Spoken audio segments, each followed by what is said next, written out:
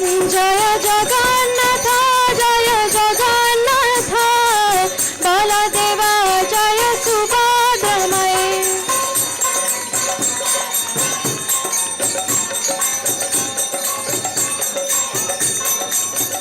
जय निताय गौर सुंदर जय गौर हरि निताय गौर सुंदर जय गौर हरि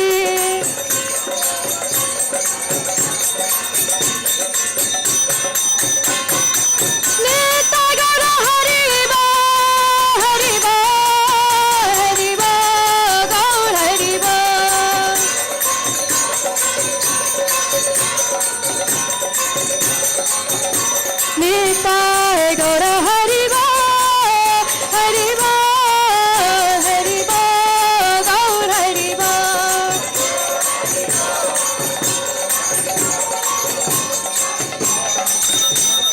जय जय प्रभुपाद प्रभुपाद प्रभुपाद जय प्रभुपाद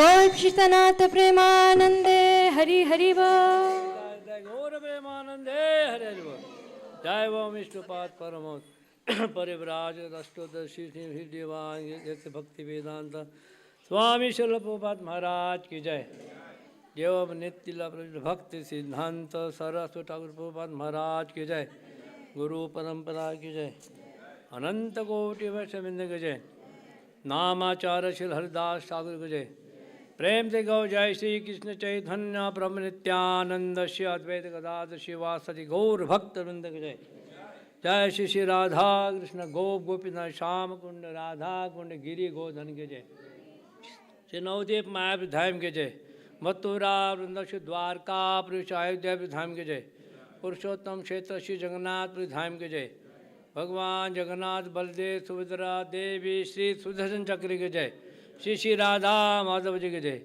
गिरी गोधन गिरिराज के जय जय श्री निताय गौर सुंदर के जय गंगा माँ यमुना में के जय वृंद जय भक्त देव के जय समस्त भक्त वृंद के जय हरे कृष्ण महामंत्र के जय संकीर्तन यज्ञ की जय होली महामहोत्सव प्रोग्राम की जय निताय गौर प्रेमानंदे हरि हरि बोल all glories assembled devotees Hare all glories assembled devotees Hare Krishna all glories assembled devotees Hare Krishna all glory Shri Shri Guru and Gauranga Guru Prabhupada.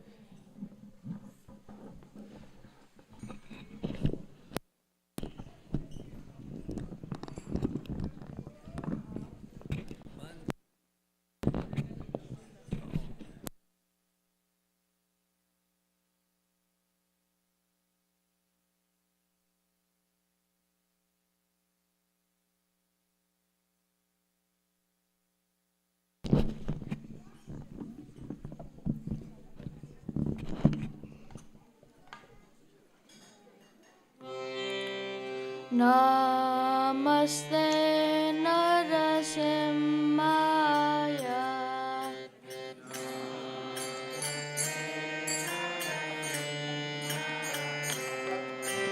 नमस्ते नरसिंहाय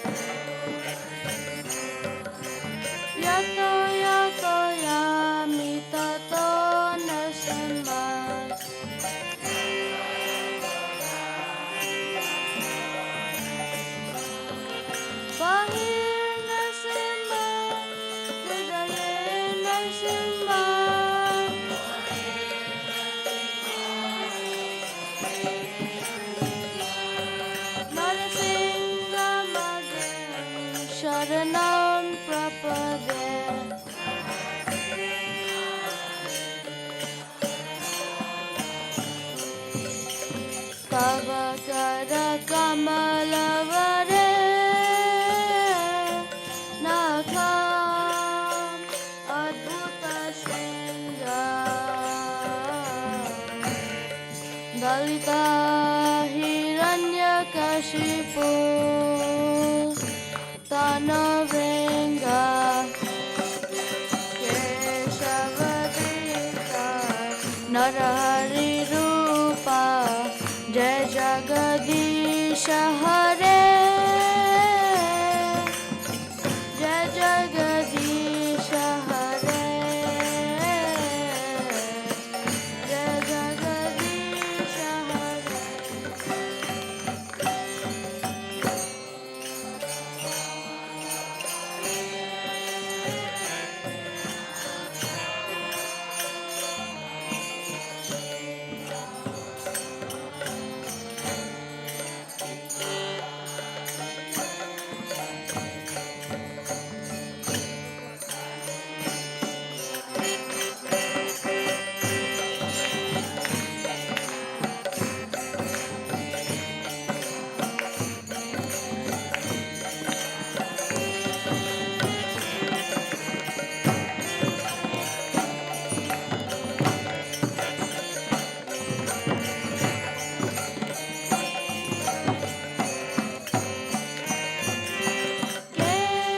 Keshavadrita Narahari Rupa Jai Jagadisha Hare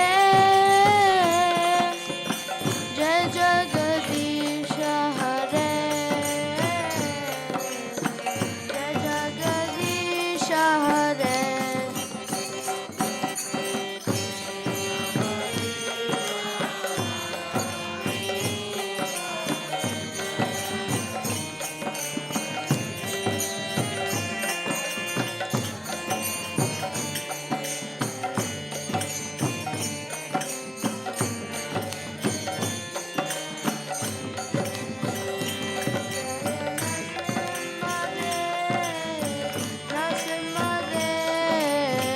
Narsimhadev, Jaya Narsimhadev.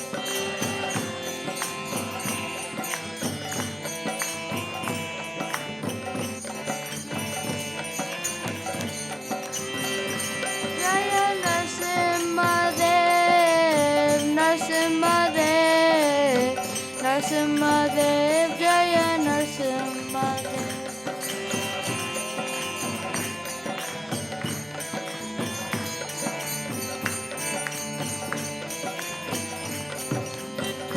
Jaya Prahlad Maharaj, Prahlad Maharaj, Prahlad Maharaj, Jaya Prahlad Maharaj.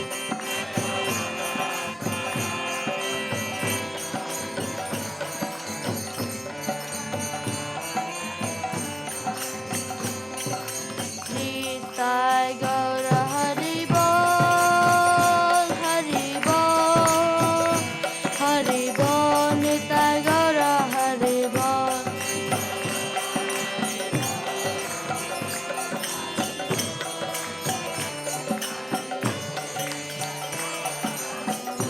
Jaya Jaya Prabhupada, Prabhupada, Prabhupada, Jaya Jaya Prabhupada.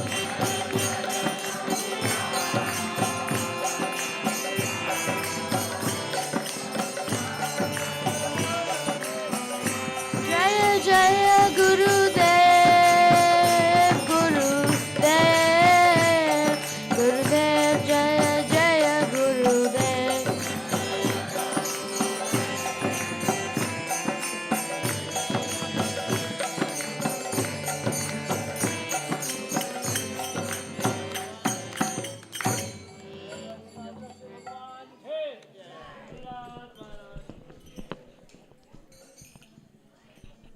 Hare Krishna, Hare Krishna, Krishna Krishna, Hare Hare, Hare Rama, Hare Rama, Rama Rama, Hare Hare.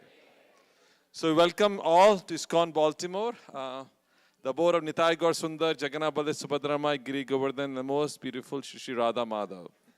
So also like to thank you, the pujaris, for dressing the deities so beautifully. We can loud Haribol for them, please.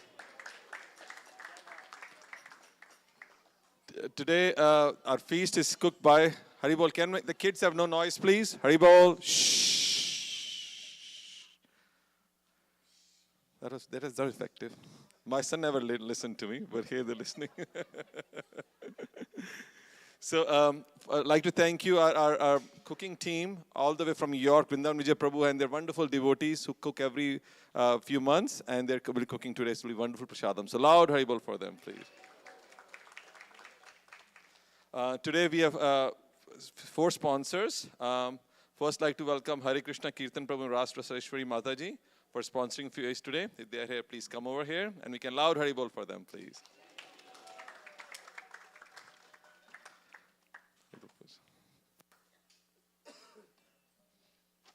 Thank you, Rosie. Please take some blessings. People know that, Hare Krishna Kirtan Mataji, they've been helping so much. Mataji in gift shop, helping label things, taking care of that, organizing inventory, and Prabhu has been helping with our Sunday, our vegetarian restaurant here. How many knows we are running a Friday and Saturday restaurant here? Very few, looks like. We have to be more active. This Friday, Saturday, we'll take a break because we have a big marriage here. One of our dear devotees here, he's not here right now, but he's getting married. So it'll be very, very wonderful celebrations for that. So his name is Nick Prabhu. The only 7 feet Nick here in that. Okay. Also, Shekhar Prabhu and Bhanu Shri Mataji sponsoring for their wedding anniversary. They here today? No, but we can loud Haribol for them, please. Haribol! And we pray to Lord to give them a lot of blessing. They're very spiritual family. Give them a lot of blessings so they can continue this journey of Krishna consciousness. Also take care of health very well for that. Yugandhar Prabhu and Sindura Mataji sponsoring for their wedding anniversary. Are they here today? Oh, wonderful. Please come, Prabhuji. Everybody knows Yugandhar Prabhu. He's always, some people are on the front, like Shyam and myself. But Prabhuji is always behind the scene, all the, media, everything, to put pictures there, any songs, last second request. Prabhu is always there, and he's always staying in the background, but that's a wonderful service. Prabhu Krishna says that who is in the background? In Golok Vrindavan, the front forward, obviously. Hare Krishna. Please stay. Thank you, Prabhuji. We pray to Krishna to bless both of them. This way you continue your service and always get great blessings, Krishna.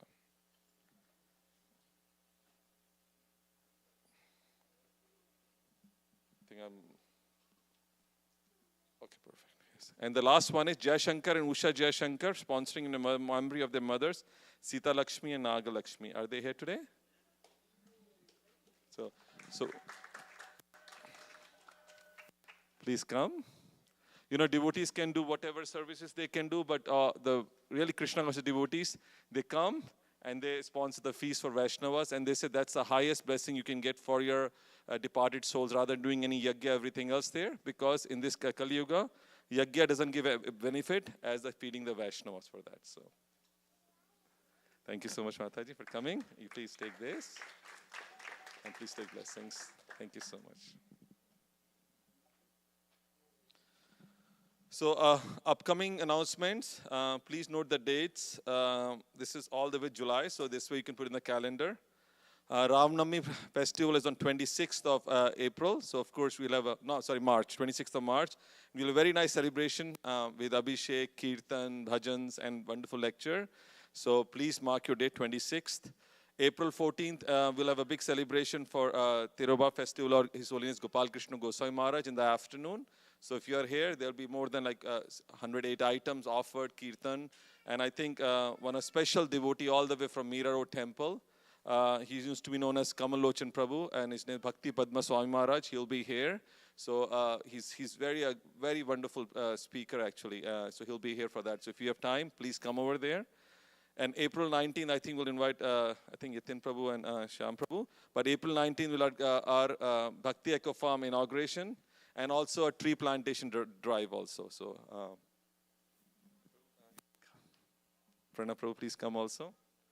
So they can tell you what exciting things happening. The Goshala is doing really well, but I think a few more interesting things will be there. Okay, Hare Krishna, everyone. So, this is every Sunday we're trying our best to let everyone know that we have a farm in Frederick County. which is 130 acres. So, you know, if you're not aware of that, please visit us downstairs during Prashadam time. And, you know, we're renovating right now the home as well as the barn. So we're on track for April 19th to have an opening. And of course, we're going to need everyone's support in whatever way you all can kind of come forward and help us. We have different campaigns, different projects, but also different service opportunities on the farm as well. So Pranav Prabhu can talk about the different campaigns specifically, and then Sham Prabhu, of course. So Pranav Prabhu is shy. We got requests from many devotees to read his poems, so I'm just adding on so he does not forget. Thank you, Shah Prabhu. Hare Krishna, everyone. Well, thank you for this opportunity once again. So yes, I have written a poem. So if you guys missed the first round, here's my second take here. Please help donate for a fruit tree. The Lord will burn your karma and set you free. This is a great offering to the Lord, so come on this journey and join aboard. I hope you all had a chance to see the farm. If you didn't, you're missing out on its charm. With great kirtan and prasadam, we will celebrate outdoor festival. Even the trees, grass, and cows will be awaiting your arrival. We will grow fruits like apples, plums, and peach. Seeing their beauty, you will lose your speech. Gopal is waiting for an organic apple pie. Watching him eat it will bring a tear to your eye. I'm mostly nice and don't bite like a gator, so don't hesitate to come and talk to me later. Hare Krishna. Thank you. So that was really nice. He's also... Spontaneous poem, and this is ChatGPT poem. Oh, thank you. I don't have any poem, but soon Pranav Prabhu will come with Gujarati and Hindi version also. So he specializes in writing. He's a secret writer. So being said that, we have good progress that we have been making. So the house is almost complete with only one level of work remaining, is that the basement level. So again, we come to you every week, possibly to give you update. The update for the basement is that we are waiting on some more funds, some more help to make that last push. We want to pour concrete all the way and frame up. We are adding 2 more bathrooms downstairs for public, as well as if we have some event or anything like that. So we don't want elder people climbing all the way up to the bathrooms there on second floor. So we are doing that bathroom in the basement. Also, we will be doing some landscaping and other work. On the barn itself, we have completed the main barn flooring. Those who have visited us earlier, you know that the flooring was uneven, so this one is almost complete now, done. Now next they are moving to the area where the cows will be in winter. So that room has been worked on right now, and you can see all of us, we were there last time, and we plan to go again and check out the progress and bring it to you. But again, the request goes that please help us out, as much as you can. I know that a lot of devotees have come to help us, again and again. It is our humble request. And the plan is that very soon we have a team from ISKCON Cow Protection Ministry coming and inspecting the place and everything. And once we get a clear go-ahead, and then we will be welcoming the cows pretty soon. So that's the update on the farm. So thank you very much, Yatin Prabhu and Pranav Prabhu, and of course Nilmadhu Prabhu, for giving us opportunity to give the update or talk about Rath Yatra. So Yatin Prabhu, before you go and sit down, last week, last festival, Gaur Purnima, we gave an update that this year we are planning to do close to 10 Rath Yatras, and we gave the dates also. So I hope you have marked. All these festivals also incur, a lot of expenses, especially the one in downtown Baltimore. So Shreyas Prabhu, he was very kind enough to come up with the offer. I know that he is not here, but I'm pretty sure he is watching it. And he has given this open offer that, if anybody donates any amount, he's going to match it. So, and he will match it up to $50,000. He's very motivated this year, and he's very excited for the festival. So, last fundraiser that we did on Gaur Purnima, we reached about 22K, right? Close to 22K. So, we also have two other devotees who came later. So, I would like to acknowledge them. One is Ramesh Bhai. Thank you very much. So Ramesh Bhai is pledging $1,000. And his son, Yatin Prabhu, he wants to add 500 more to that. So he's doing 500 additional on that. So that's 1,500. Any other devotee, we don't want to put anybody on the spot, but if anybody wants to contribute to that, we still have time. We have few weeks. We will be coming mostly every week to give you update. Anybody contributes to the Rath Yatra fund, we need close to $85,000 total to do all these festivals. So Shreyas Prabhu is very, very kind to match that offer, and we would like to take the opportunity to have maximum matching. So if you want to contribute towards that, you can contact us. Let us know. You want to add few words, Yatin Prabhu? So we all know that there's always like a matching type of donation campaign that many online platforms perform.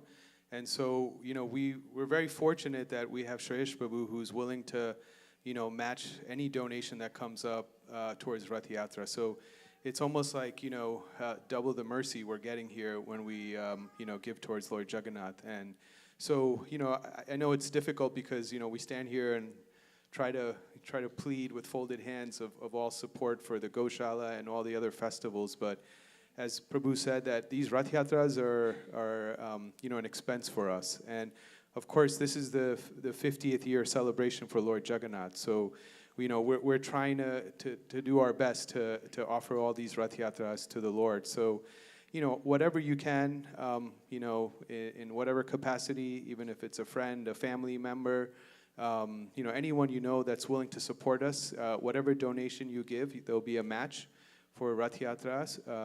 So, today's kind of the last day, and so we obviously are very respectful of Shreyesh Prabhu. So, come see us, and, we're very grateful for all your support. Hare Krishna. So the reason looks like less crowd is everybody was busy watching cricket match, so they made it late to the festival. But yes, this is a very, very special year for all of us, and Nilmad Bro is going to give more details. We will have a very special celebration in July. So those who were not present earlier, we want to let you know that we will have a very nice celebration from July 15th to 19th. And that will begin with a small farm-style Rath Yatra. Those who are aware, we used to do a kids Rath Yatra here at the temple. So it will be a similar farm Rath Yatra that we will do at the farm, and also celebrate Vyas Puja of His Holiness Radha Govind Maharaj over there. And then all other festivities will continue over here. So yeah, again and again, coming back to you with folded hands to see if you can help us out. This matching opportunity we don't want to lose at this point. So thank you very much. Hare Krishna. Thank you, Shyam. Two more things, then we have speaker. April 30th also is Narsingh Chaturdashi, so mark your calendar. May 30th we know is Baltimore Rath Yatra. This year Snan Yatra would not be in May because for obvious reason, for reference to Lord Jagannath, and the reason is you don't do Snan Yatra any day actually. Just like you don't do birthday any day of yours. Lord's birthday is a special day when it's in Jagannath Puri. So during that time, that'll be on June 29th, we'll have Snan Yatra. So please mark your calendar because it says it's very inauspicious to do Snan Yatra any other days. That's the day for Lord Jagannath. So that's the day we'll do that actually for that. So just remember that. And then Shyam Prabhu said July 15th to 19th, we're going all out actually. We're going to go 5-day big celebration. Lord have 5 different outfits. We'll fireworks, we'll Abhishek, Chandan Yatra, you name it, it's like many kirtanas all over the world will be coming there. So please don't miss opportunity. If you have not taken off, this is the time to take off. July 15th onwards. We'll have Rath Yatra will be doing daytime, not evening time. So if you haven't taken, my humble request is please do. It's really once in a lifetime opportunity for that one. So 3 days you've taken off, 15, 16, 17, and I think 18, 19 is already off for that. So thank you so much. So please mark these dates. We'll also put in the temple WhatsApp. So this way you can do that. By the way, I forgot to tell, Pawan Prabhu is also part of advisory committee, and he has been role model for us. So many good ideas came through because by his efforts, we got such nice, because he has a lot of friends around and he got the ideas, he searched online, and that's why we could have a nice, beautiful farm with a lot of designs for that. So thank you, Pawan Prabhu. Okay, now I think the speaker is very special, Chaitanya Chandra Prabhu. Hari Bol, Hare Krishna. He's a returning speaker. We are very honored to have him here. One of very humble devotees, disciple of Solis Radharan Maharaj. He's one of the doctors in devotees who has, I think, 4 boarded actually, 4 boards. I'm only 1 board and he's 4 boarded there. So very, very educated, but very humble. He runs a very nice Bhakti Vriksha with his wife Rajchandri Mataji. And I think there are like almost 15 to 20 new devotees are coming there regularly. And there are also many online courses also for that one. So I think today there's a very special program. It's called, the special lecture is called Art of Forgiveness. I think that's very, very important on our life. Whether you're spiritual or material life, forgiveness is very important. If you don't forgive, materially also something can happen, and spiritually you cannot move forward. And then after the lecture, the Prashadam, then 7 p.m. we'll be celebrating the Holi festival here. It won't be like throwing colors at each other. A couple of devotees will be throwing colors at the deities, and then we'll celebrate. We sing some beautiful Braj songs during that time. So thank you, Prabhuji, for allowing us. Thank you. Hare Krishna, dear devotees. Thank you so much for coming this evening and giving us your time. I'm going to start by singing a bhajan, and you can follow along with me. Before that, I'd like to extend my gratefulness and my thank you to the temple administration for giving me this opportunity to share this very important topic that is very close to my heart, something that I've realized during my journey in spiritual life. I'd also like to take blessings of all the senior Vaishnavas here. I'm one of the most junior ones, but still, for my own purification and for the pleasure of all assembled Vaishnavas, I'll try to speak something on this topic. So please follow along. We'll sing this wonderful bhajan that reminds us of Braj Dham. Jai Radha Madhava Kunja Bihari. Jai Radha Madhava Kunja Bihari. Gopi Jana Vallabha Girivaradhari. Gopi Jana Vallabha Girivaradhari. Yashodanandana Braj Jana Ranjana. Yashodanandana Braj Jana Ranjana. Yamuna Tira Vanachari. Yamuna Tira Vanachari. Jai Radha Madhava Kunja Bihari. Jai Radha Madhava Kunja Bihari.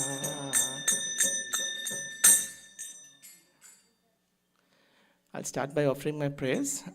Please sing, chant along with me. Om Agyantimirandasya Jnananjana Shalakaya Chakshurunmilitam Yena Tasmai Shri Guruve Namaha. Shri Chaitanya Manobhishtam Stapitam Yena Bhutale Swayam Rupa Kadamaiham Dadati Swapadantikam Vandeham Shri Guru Shri Yuta Padakamalan Shri Gurun Vaishnavamscha Shri Rupam Sagrajatam Sahagana Raghunathanvitam Tam Sajivam Sadvaitam Savadutam Parijana Sahitam Krishna Chaitanya Devam Shri Radha Krishna Padam Sahagana Lalita Shri Vishakhanvitamscha He Krishna Karuna Sindhu Dinabandhu Jagatpate Gopesha Gopika Kanta Radha Kanta Namostate Tapta Kanchana Gaurangi Radhe Vrindavaneshwari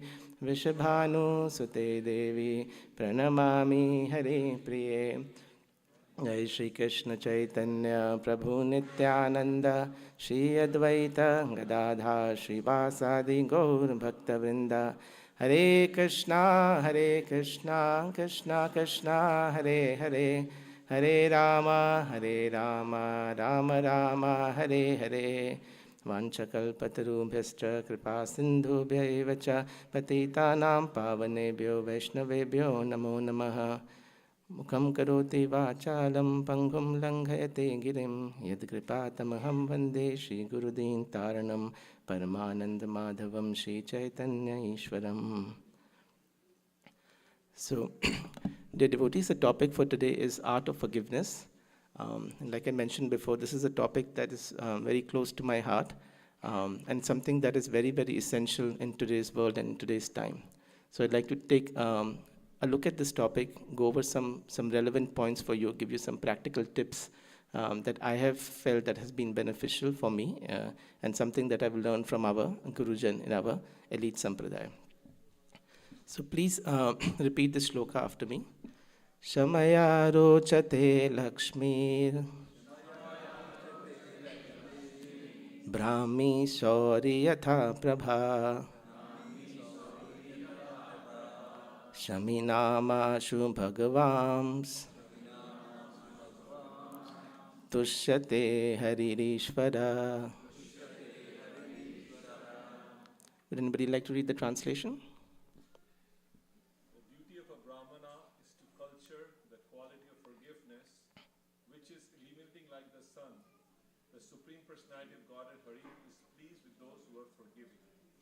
So this is a purport from Srimad Bhagavatam, Canto 9, Chapter 15, Text 40. And in the purport to this shloka, Srila Prabhupada describes that forgiveness is a quality that makes a Brahman or a saint very attractive. He goes on to quote Sri Chanakya Pandit, and Chanakya Pandit describes that different entities have different qualities that make them wonderful. So he says a cuckoo bird is very well known for its beautiful voice and the way it sings. A lady is very attractive because of the chastity. And then even an ugly looking person can be very attractive if he is very knowledgeable and well spoken. What makes a person who's on the spiritual path very attractive and very beautiful is the quality of forgiveness. And more than that, what is said in this verse, Shaminam Ashu Bhagavamsh Tushyate Haririshvara. What does tushyate mean? Satisfaction. This actually it means to please the Lord. So the Lord is very, very pleased by one who practices this quality of forgiveness. So one, it makes us attractive. It makes us reach out to more people, this quality of forgiveness. But more than just reaching out to other people, it makes the Lord attracted to us and helps us to get His mercy. So who would like to know more about forgiveness? Okay. So first, let's talk about what is forgiveness. Right? So forgiveness is the gift of seeing something good in someone when it is difficult to see. So this is a rare quality that is there in one of the qualities in spiritual life that we practice that is both important when we share it with others, but also for our own sake. So it benefits the person who's forgiven, but also benefits the person who forgives. Forgiveness is also inseparable from the quality of tolerance. In many times in our Shastras, these two qualities are used interchangeably. because there cannot be any forgiveness with this concept of tolerance. One of our wonderful acharyas, Srila Bhakti Vinod Thakur, in our sampradaya, he describes that he gives certain definitions of certain terms that we use in bhakti. So bhakti means that the love a living entity has towards the Supreme Personality of Godhead. That is called bhakti. And compassion or daya means the love a living entity has towards other living entities. So the love that we have towards others is daya. The love that we have towards the Lord is bhakti. And humility or dainya means being humble enough to understand our own fallen position. So when we understand this quality of dainyata, that we are humble, that actually we are not something great, but we are very, very minuscule in the grand scheme of things. And when we understand that we want to share our love with other people, these two qualities combine to become forgiveness or shama. So you see, the shama or the quality of forgiveness is essentially formed of two qualities, according to Srila Bhakti Vinod Thakur, which is daya and dainyata, compassion and humility. So in order to understand what is forgiveness, we have to understand humility and compassion both. So some of the things I'd like to discuss in the next 30 minutes is talk about why we need to forgive, how do we forgive, giving you practical tips, talk about some of the conundrums of forgiveness. This is a quality that sometimes people feel may not be the right quality in every situation. So the question is when to forgive and when to take action. Look at some of the examples from Shastra, and then we'll hear a wonderful story from our Shastra that helps us understand this quality of forgiveness. Can anybody tell me what this picture depicts?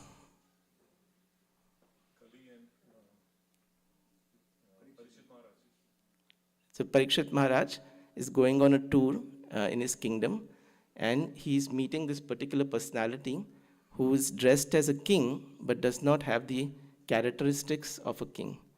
This is actually the personality of Kali. This is one of the first instances which actually tell us the beginning of Kali Yuga in our Shastras, in Srimad Bhagavatam. Okay? And how do we understand Kali Yuga? What is Kali Yuga?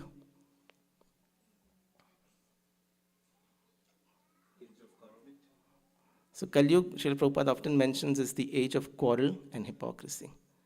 So in this age, it is very, very natural, or the environment is created in such a way that to have a conflict with somebody, to have disagreements and to have arguments, it's very, very natural. My Guru Maharaj explains that just like gravity, gravity is a force that pulls things down. To keep something built up and standing for very, very long is a great task. To break it is very easy. It's very easy, just go smash it, it breaks down to pieces. But to keep something standing up for very, very strong is very difficult. Similarly, in this age of quarrel and hypocrisy, to come together is very easy. To form a country, to form a society, to get into a relationship, it is very easy. But in this age of quarrel and hypocrisy, to maintain a society, to maintain a relationship, that is the challenge. And what is going to help us to keep that challenge is the art of forgiveness. If we can learn how to forgive, if we can learn how to overcome the differences that are there amongst each of us, then we'll be able to stay together and advance in the path of bhakti. So why forgiveness is critical? So it is critical at a national level. So we see in this particular time, there are multiple wars that are ravaging the world right now. Different countries for different reasons are attacking each other. There's risk for world war. So it is important that we understand that how we can forgive and move on. It's also important for societies, for businesses, partnerships. When we come together with a particular aim, but then after some time, the differences arise. And then all of a sudden, we find it difficult to continue, and we want to move apart. For relationships, also, we may fall in love, we may develop a friendship with somebody, we come together, and as soon as there is a disagreement, it's my way or highway. One of the saints from India had said in a very beautiful description about relationships that you should try and not stretch the thread of relationships is like a thread, but don't try and stretch it out too much, because if you stretch it out too much, it's going to break. And if it breaks, you can join it again, but when you join it, there's a knot that's going to remain in the relationship. So it's very, very important that we come together, we understand, we forgive, and we move on. And most importantly, forgiveness is very important for ourselves. It is important for our own spiritual growth. And why is that? Because let's understand what happens when we develop a grudge for somebody. When something happens, somebody says something to us, somebody does not respect us or insults us in front of other people, or more commonly disappoints us. We expect something from somebody and they don't do it, and we get upset with them. If somebody instigates us and we hold a grudge against them, what we do is we look for revenge. We look for vengeance. So in that process, the analogy that's given is what we are doing is we pick up a piece of burning hot coal. And we hold this piece of burning hot coal with the idea that we're going to throw it back at the other individual when we get the chance. Hindi mein se bhi mauka milega tab bataunga, right? When the right time comes, I'll give it back to the person, right? But what happens? You're holding this piece of burning hot coal in your hand for days, and then weeks, and then months, and then years. And you're still holding on to it. You're still holding on to it. You're waiting, when can I give it back to that person? But what happens to you? What happens to your hand? Your hand gets burned. You're in pain. You're in misery. All these days and weeks and months and years, you're hurting your own self. This burning hot coal is not just burning your hand, it's burning all the spiritual qualities that you are trying to harbor, you're trying to cultivate in your life. And it's going to ultimately prevent you from advancing in bhakti. But what happens if you let go, if you let this burning piece of hot coal go, ultimately you'll feel some lightness in your heart. You'll feel a weight come off your shoulder. And then you can dance and jump higher in Kirtan. What happens also, people don't realize is, when we see oftentimes when patients have mental health issues in the future, and sometimes psychiatrists sit with them and they analyze about what happened, they sometimes go back and go into retrogression, and sometimes they realize that something happened when the child was 10 years old, and that incident left such a strong impression that the child was never able to forgive and move on from that particular point. And now that is causing health issues, physical, mental health issues, much, much later on in life. It is such a subtle impact of holding on to a grudge. The other thing, when we hold on to a grudge, what it does is it creates hate. How many of you use the term hate a lot? I hate the snow. I hate traffic. In our household, Rashchandrika and myself, we've taught the kids that there's a list of words that we tell the kids you're not allowed to say, right? I won't say those words, but one of them in that list, my kids very well know, is hate. And why is that? Because hate is a very, very powerful word. Anytime I hear the word hate from anybody, alarms go ringing in my head.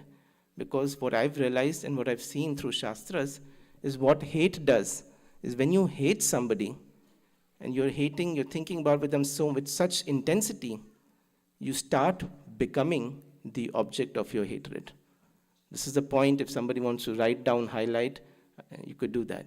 And you'll realize this if you think about it. When you hate somebody, you will soon start to become like that person. You will start soon to think like that person. But forgiveness teaches us that there should always be a difference between you and the object that you think you should hate. So that is why it is important to let go of this burning piece of coal. Why do we need to forgive? Because if we want to understand what is love, we need to understand what is forgiveness. There are many, many definitions of love. We see it in modern literature, in books, in romanticism, in movies. There's so many different concepts of love, right? But the best definition of love that I came across in my life and that I thought hit the target bang on was a definition by Srila Rupa Goswami in a book called Ujjwal Neelmani. In that particular text, Srila Rupa Goswami writes, love means everlasting forgiveness. If you can forgive somebody despite all the wrongs that you have done, if you can see something good in someone despite all the wrongs you can done, then that is true love. And many of you may have experienced that. When you see a kid doing something wrong and you take the child to its mother and you complain to the mother that the kid is doing such and such, wrong things, the mother will say, oh yeah, he's a little naughty boy. Yeah, she may accept some of the mistakes that you have brought up, but in the end, what does she say? But he's a good boy. He's done 100 things wrong, but he's a good boy, right? So in that way, we can see that this concept of love that is there, we see in parental mood. And with this, I actually, want to recognize this love that is there. We see a lot from mothers, and today being Women's Day, so I wanted to recognize all Matajis. We'll say 3 times Hari Bol for them for all the wonderful service they do. Hari Bol, Hari Bol, Hari Bol. So that's the epitome of love that we see in this material world. So in this particular way, if we want to understand what is love, we have to understand what is forgiveness. Okay? Now, why do we need to forgive? Is it because in order to be forgiven, we have to learn to forgive? There are many cultures that have special days in a year when people will go around asking forgiveness for anybody. There are cultures where people go once a week and confess their sins and ask for forgiveness. So if we want to be forgiven, we have to learn how to forgive others. All right, quiz time. Which verse in Shishtastakam do we sing every day where we ask for forgiveness?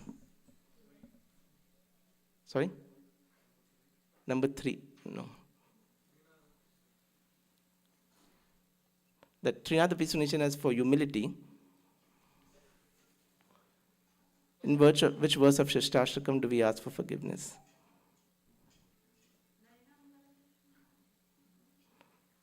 Okay, so please repeat after me. So you can, let's read the meaning first. Anybody would like to read the meaning, Prabhu?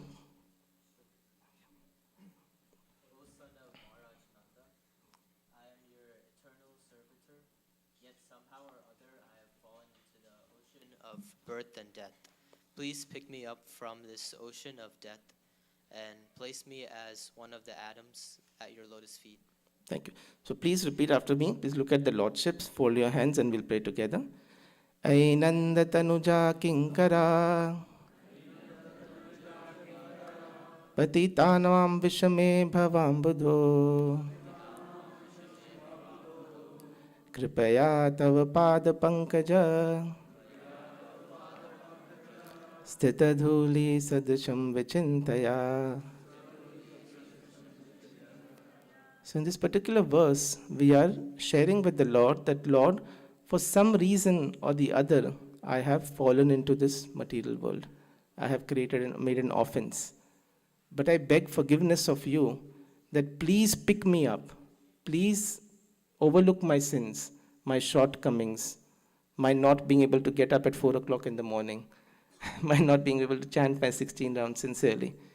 Please forgive me for all those mistakes and kindly pick me up and put me as a dust at your lotus feet. So how can we ask for forgiveness from Lord? How can we pray this prayer with sincerity if we hold a grudge against somebody else? With what face can we stand in front of the deities and say this prayer if we are ourselves not ready to forgive? So, in order to be forgiven, we need to forgive. Okay. Why do we need to forgive? Also, because we do not know the complete truth always. okay? To blame somebody is very easy, you know, but to find the truth is hard. When you see this happens in big, big organizations, if something goes wrong, it's very easy to find what we call a scapegoat. Oh, this thing went wrong because of this person. Because he's lower. Thing happens, you have to ask 5 times why. A mistake happened, you ask, why did this happen? You get an answer. You say, okay, but why did this happen? You get a second answer. And then you go more back. Why did this happen? And ultimately, by the 5th why, you'll get the root cause of the problem. So, if we want to forgive, if we want to understand what the truth is, we need to give people the benefit of the doubt. We don't need to take things at face value. We need to understand what's happening. It's very easy to say, oh, you're fat because you eat a lot. That's very convenient, right? It's a simple thing. But the real truth is often more than that. And I know that with personal experience, because a lot of times when patients come into the clinic, they share their heart out with us. They tell us things that they would not share with anybody else. And when you realize, when you hear from them, my expression always goes, oh, because I go deeper and deeper and I understand where this problem is actually coming from. And it is not as superficial as it looks. So if we really want to forgive somebody, and we really want to know the truth, then we have to be ready to forgive him. The other reason we want to forgive is to please Krishna and Guru and to become a better devotee. And if we really see everybody as part and parcel of Krishna, if that is our level of spiritual understanding, then we should be ready to forgive. And forgiveness is the cure for anger. The cure for greed is charity. The cure for lust is sense control. And if you have problems with anger management, the cure is forgiveness. All right, now let's come to the practical tips. How do we forgive? So, the first thing that we start, because we are a spiritual society, we understand from the Shastras that whatever happens to us happens because of a complex reaction of karma. It just doesn't happen without any reason. So oftentimes we have done something in the past that is coming back to us by the agents of our own karma. Our dear Srila Prabhupada often used to say this, do not blame the agents of your own karma. Again, we'll recite this verse from Srimad Bhagavatam. Please repeat after me. Evam sa bhautikam dukkham devikam dehikam chayat bhuktavyam atmano dishtam praptam abhutyata. Krishna. Would anybody like to read? The Brahmana understood that all his suffering from the other living being, from the higher force of nature, and from his own body was unavoidable, being allotted to him by providence. Srimad Bhagavatam 11:23-40. So this is a prayer that comes in the 11th canto of Bhagavatam from a devotee called the Avanti Brahman. In his experience in life, when he comes to this realization that spiritual goal is the goal of life, he prays that finally he understands whatever misery I'm going through is actually brought upon by my own karma. This is something very easy to say, but a little difficult to understand. But I heard this analogy from my guru that I'd like to share with you. That actually puts things in a very practical perspective. So, example, suppose a postman comes to your home, okay? So he comes to your home, he knocks the door. Registered mail, you open the door. And he says, sir, I have a mail for you, and I need you to sign. This is an important letter as proof of delivery. So you ask somebody to get a pen from inside, and while you're waiting, you're opening that letter. That letter is from a utility company. The letter says that, dear homeowner, you have not paid your utility bill for the past 1 year. So you start getting a little upset. You start getting frowning. The postman is standing in front of you. The next thing it says, because of not paying for 1 year, the utility bill, you have incurred a fine of $1,000. Now you start getting really, really mad. And you look at the postman. and you start rolling up your sleeves. Yeah, I think some people know what that means. Then you go on to read the letter. It says, if you do not pay your remaining utility bill by the next month end, we will cut your utility supply. Now, this is too much. This is just too much to bear. Now you start holding the collar of the postman and you start beating him up. So, who did not pay the utility bill? You. Who got a fine because of their mistake? And whose utility supplies are going to get cut because of their mistake? But this message is coming to us through a postman. So who's responsible for this karma that is coming to us through the postman? Is it the utility company? No. Is it the postman? No, it is you. So many times we get different types of karmic reactions that come to us, and that comes to us through people around us, and we want to blame them. It is because of this person that my life is miserable. Only if this colleague in office, who's very irritating, if he was not there in office with me, my life would be good. But it is your own karma. It is something that you have done that is coming to you through another person. And that is what you need to understand. Is instead of blaming, what spiritual life teaches us, that karmic reactions come to us from near and dear ones. And sometimes we find this strange concept. Sometimes we say, Arey, he's a devotee. How can he behave like that? But we don't understand that when we follow the Shastras and we do asat sanga tyaga, we're only taking association of devotees, then karmic reactions will come to us through devotees only. So sometimes it is our own karmic reactions that is coming to us through people around us, and they may be very nice, but by certain modes of nature, they're being forced to act in a particular way. So it is very, very important practically when you go through something and somebody offends you, is to take it in a humble way and to understand it is your own karmic reaction, and do not blame the messenger. Okay? Now, second thing to remember for practicing forgiveness is to address expectations. We have a lots of expectations from our near dear ones. It is said that it is much easier to forgive our enemy. It is more difficult to forgive our friend. Right? Sometimes we say this in arguments. You know, if he would have done it, I would have understood. But you? How can you do this to me? You are so close to me. Right? But the truth in life is that George Harrison writes in the introduction of Krishna book, everybody in this world is looking for Krishna. Some know it and some don't. That same love that we have for Sri Radha Madhav, we're expecting that from our spouse, our kids, our friends, our parents, but we're not going to get it from them because they're only part and parcel of Krishna. But we're expecting that from them. But really, who is our father? What does Lord Nityanand Prabhu teach us?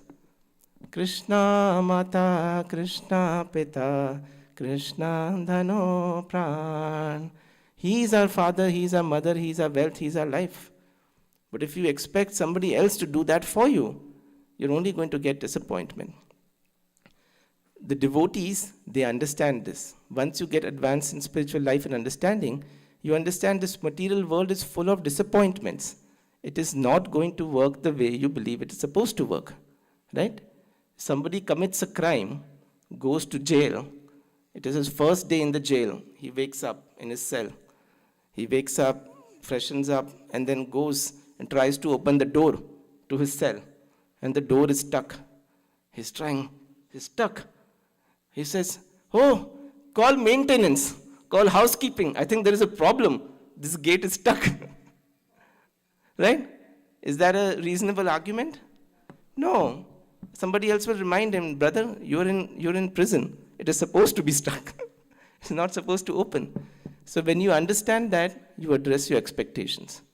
But still, we continue to have lots and lots of expectations from near and dear ones.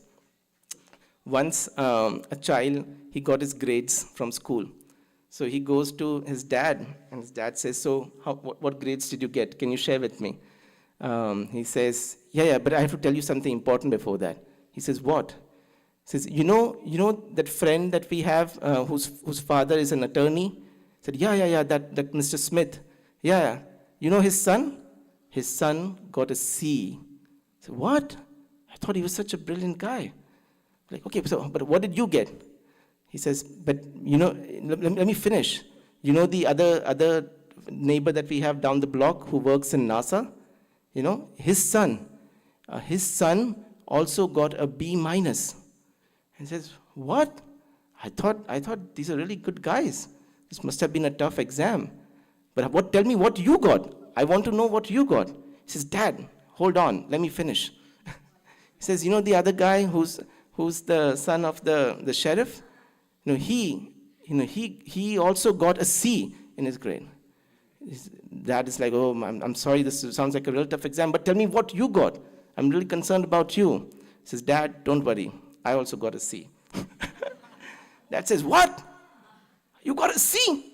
You naughty boy, you're not studying? And son says, hold on, Dad.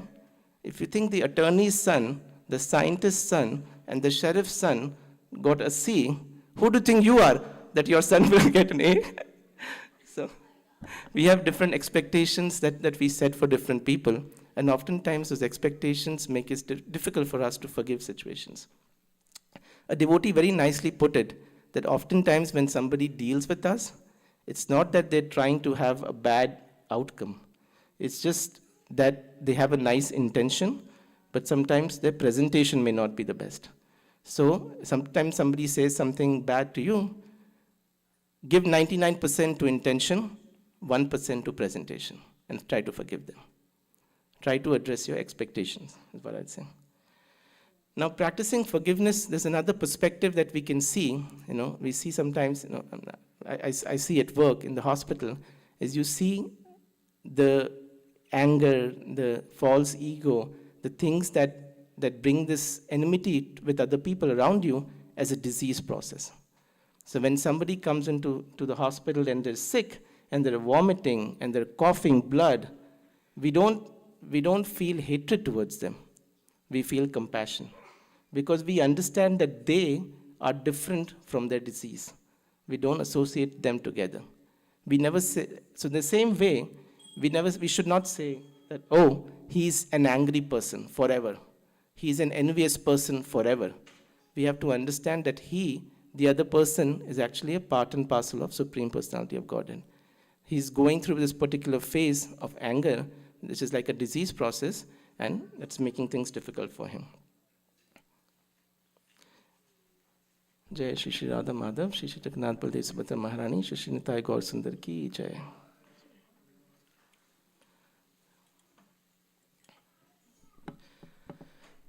In the similar way, one other example we give, sometimes people ask, oh, people are trying to be holy, people are trying to be spiritual, but why do they fall down? How do we understand that? Once a reporter asked Srila Prabhupada, you've preached to so many people and made so many disciples, but some of your disciples have fallen down. How do we understand that? How do we forgive them? Jai.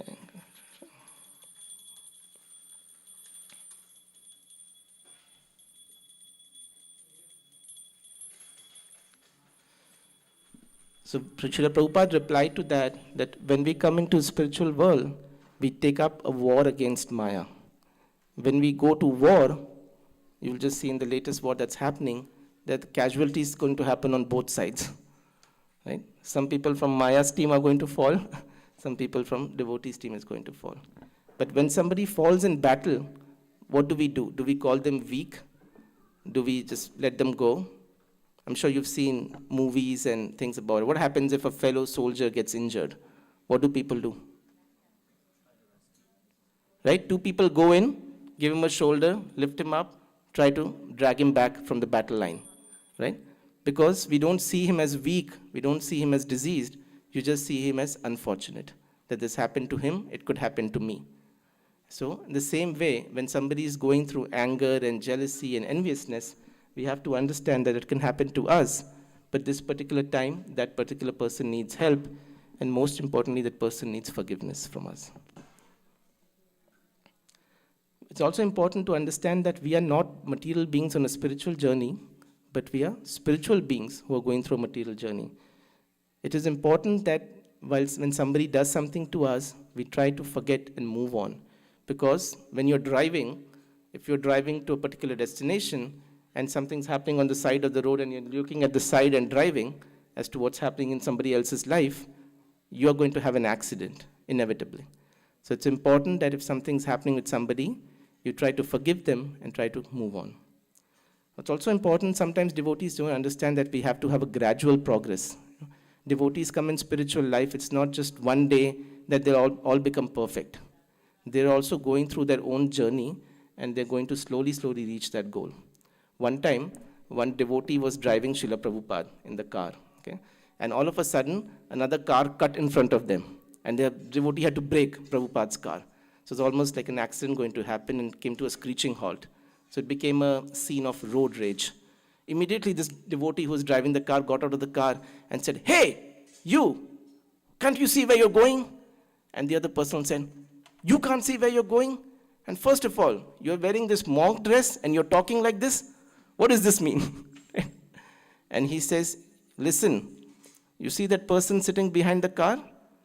Because of him, I'm talking to you like this. 6 months before you would have met me, I would have caught your your collar first, beat you up 2-3 times, and then done like this. Now I'm just doing like this. You come and meet me after 6 months, I'll stop this also." So we have to understand that people are going through their journey and they're gradually progressing. So if somebody sometimes makes a mistake, then we should forgive and move on. Well, what's also important in forgiveness is to appreciate the good qualities of other people. His Divine Grace Srila Bhaktisiddhanta Saraswati Thakur had a very nice mechanism. When two individuals used to fight in the organization, he used to bring them in front of him and said, "Okay, you stand in front of me and look at each other. And you tell me one good thing about the other person. One good thing at least. And you tell me one good thing about the other person." And in this particular way, they would start seeing something good and appreciate something in the other individual.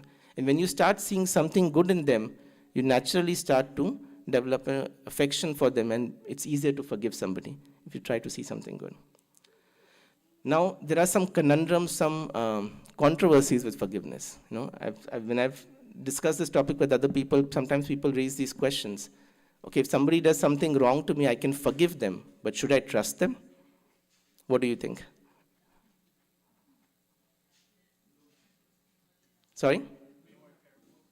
Be more careful. So it is important to understand forgiveness is for our own sake. We should forgive whether forgiveness is asked or not. We should forgive in our heart and we should move on. But trusting is something that needs to be earned. If in order to trust somebody, they must show some action with which you can make sure that they can earn your trust. So there's a difference between forgiving somebody and trusting somebody. What about aggressors, people who do wrong to you? Should we just forgive them and keep getting beaten up? What should we do? So it is said that most times when somebody does something to you, but it is not affecting your bhakti, or it is for the pleasure of Krishna and you're trying to advance in bhakti, then you try to tolerate. Most times, we should try to tolerate and forgive. Sometimes, when situations do not allow, then you may have to leave that particular situation. But there are times when the action is so horrendous to the level of an abuse. It can be emotional abuse, physical abuse, sexual abuse. At that time, you have to stand up and raise your voice. You have to mitigate the problem. And this Srila Prabhupada had done through his own life. When he came to America to preach, he lived in an environment, he lived in the Boweries of New York. There was a very unclean environment for a sadhu coming from Vrindavan, but he still tolerated. Why? Because it was for the goodness of spreading the Krishna consciousness movement. When he was in India and trying to preach in the League of Devotees, and nobody was helping him, he had to emigrate and move away from that situation. And finally, when in the Juhu temple, when they were trying to build the Juhu temple, and there was a person who was trying to take unfair advantage of the devotees and trying to confiscate the property, Srila Prabhupada gave a good fight to that person. And that's an example to mitigate. Okay? And also important to understand that forgiveness is a personal policy. Forgiveness can never be an institutional policy. Institutions are meant to ensure that justice is being provided. But at a personal level, we have to practice forgiveness in order to advance in bhakti. So sometimes, if it comes to justice, we can leave it to the higher authorities to do what's needed. But and the higher authorities also have to ensure that they are carrying out the justice that's done. Okay? One point, Prabhu, the forgiveness is not only the personal issue. There is this country law also forgiveness there. So the forgiveness is not only the personal issue. So that I like to tell you. Yeah, no, that's a good point, Prabhu. So what I'm just saying is we refer it to the country law, the constitution. We do not take charge of that. So constitution will decide when to forgive and when to penalize. We are not responsible for that. We follow whatever the law says. Okay? Let's see, can you give some examples of forgiveness from the Mahabharata? Anybody think of an example? We'll try to move quickly. Krishna forgives Shishupal. How many times? 99 times. 100 times is when it's done. Okay? And another example that comes is Draupadi forgiving Ashwatthama. Okay? Ramayana, any example of forgiveness in Ramayana? Vibhishan. When?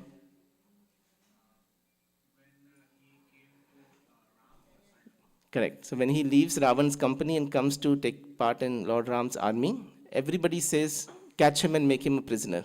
Except for who? Sorry? Hanumanji. Shri Hanumanji gives actually a wonderful story, wonderful analogy why Vibhishan should be forgiven. And he is forgiven. Srimad Bhagavatam, an example of forgiveness. Prithu Maharaj to Indra. Yes. So that's a wonderful example. Shri Chaitanya Charitamrita. Jagai Madhai. Right? Nityanand Prabhu praying for them, forgiving them. Okay? All right. So we have 5 more minutes. Okay, so we'll take 5 more minutes and we'll try to end. So I'll end with this very powerful story that we have from our Shastra. It's about a story of a devotee who was born in a non-Hindu family but was very, very much attracted to the holy name. His name was Namacharya Srila Haridas Thakur. So Srila Haridas Thakur, being so attracted to the holy name, used to chant and preach about it incessantly. So much so that everybody was getting attracted to him and they were trying to take up this chanting process. Hindus, Muslims, everybody. So the Muslim people, they became very envious of that and they decided that they're going to complain to the Qazi. So they go to the Qazi, the minister, Muslim minister, and they say, if you don't stop this, then all the Muslims will be converted and we'll lose our religion. So the Qazi brings Srila Haridas Thakur in front of him and says, if you chant this anymore, if you continue chanting this, I'm going to ensure that you're going to be having whiplashed in 22 marketplaces. Okay? Now what would you do if somebody tells you that stop chanting, otherwise this is going to happen? Somebody tells us, chant, then otherwise you'll get lashes, then we chant. Prabhupada says, we say chant, chant, chant, and people say, can't. But what did Srila Haridas Thakur say when he was asked to do this, to stop? So please repeat after me. Khanda khanda hoye deha jaye jadi pran. Tabu ami vadane na chhadi hari naam. You may cut my body to pieces and the life may leave it, but I will never abandon the holy name, which my tongue will ever continue to chant. So when he said this, the Qazis, the Muslim rulers were very, very disappointed. And they said, okay, enough is enough. And they took him to 22 marketplaces and they were beating him in front of everybody. People were crying, people were falling at the feet of the soldiers saying, let him go, let him go. People were bribing, this sometimes happens in India, people were bribing that let him go, we'll give you our property, but they continued to do that. But even when he was going through so much torture, Srila Haridas Thakur, he prayed, O Lord, be merciful to all these poor souls. Though they treat me as an enemy, please do not consider this to be an offense. Seeing this really, really captured the heart of the Lord. And because of this particular, and finally, at the 22nd marketplace, the soldiers tell him that, we've never seen anybody survive more than 2 or 3 marketplaces. And this has gone on to 22 marketplaces, and you're still doing this. Says, if you don't die, then we'll be in trouble. Haridas Thakur says, oh, I'm so sorry.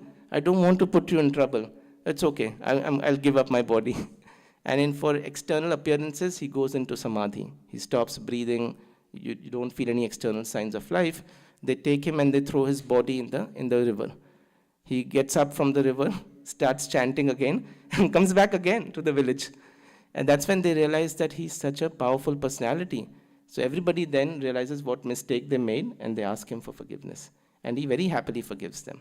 So because of this, later on, Srila Chaitanya Mahaprabhu, he actually reveals that what had happened is when Haridas Thakur was being beaten in the 22 marketplaces, the Lord sent his Sudarshan Chakra. But Lord said that your prayer of forgiveness was so powerful that, Lord, please forgive these people, that my Sudarshan Chakra could not do anything to them. But still, I wanted to protect my devotee. So the Lord said, I hugged you so that I took all the lashes on my back to protect you.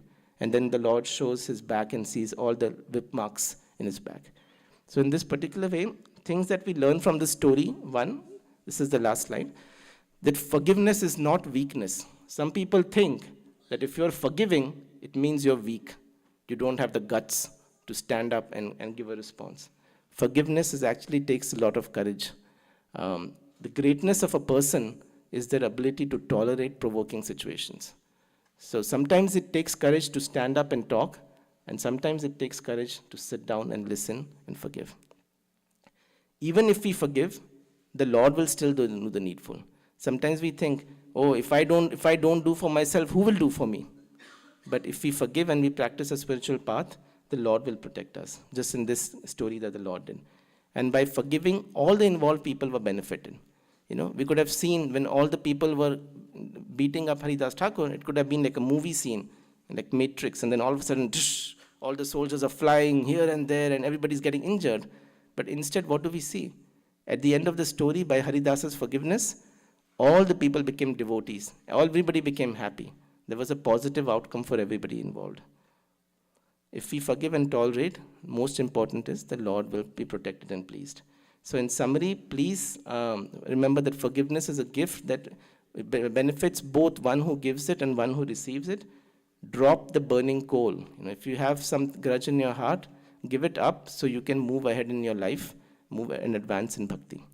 And practicing forgiveness, remember that you spiritually understand each situation, manage expectations, don't have too much expectations, see the disease as different from the person, remember why you are here in this world, and learn to appreciate others. And we can always take great examples from Shastra. So thank you very much. Hare Krishna. Hare Krishna. Thank you so much, Prabhuji. Wonderful lecture. I think we always need this dose of forgiveness. Material life is different. There's always a lot of eager, anger, everything, but we practice this in a spirituality that we should be humble, everything. But sometimes the mood becomes so difficult. I think this kind of lecture was very, very helpful. So really appreciate you. Thank you so much. Loud Haribol Prabhuji. Hare Krishna. Also, I'd like to welcome one of our real friends. Paul is here and would like to introduce himself. He will be running for elections this year in November, and I think he's a good friend of ISKCON, always supports us. So I'd like to say. Hare Krishna. Hare Krishna. My name is Paul Dangera. I live right down the street from this temple, and it's funny, I've driven by it so many times, and I came to the Flower Festival on January the 1st, and it was probably the best thing that I've ever done, because now every time I drive by, I smile and I'm filled with love and compassion about trying to be a better person. I'm running for Baltimore County Council in large part because of the great need that's out there in the whole area. When I was deciding on running, I made a decision to go to the poorest part of this district, which is down in the deep south. It's called Baltimore Highlands.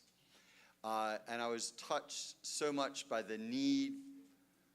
Everything that I saw And what touched me about your lecture today was to see the disease, right? Not to judge the people, that it's not a moral failing of these people, that they live in a poor place, that they're suffering, that they might be prone to criminal activity, which sometimes they are, but it's because of a system that they have been born into, and that I feel it's my desire, my obligation to try to understand the root causes, that answering, 5 questions: why is this happening? Why is this happening? Why is this happening?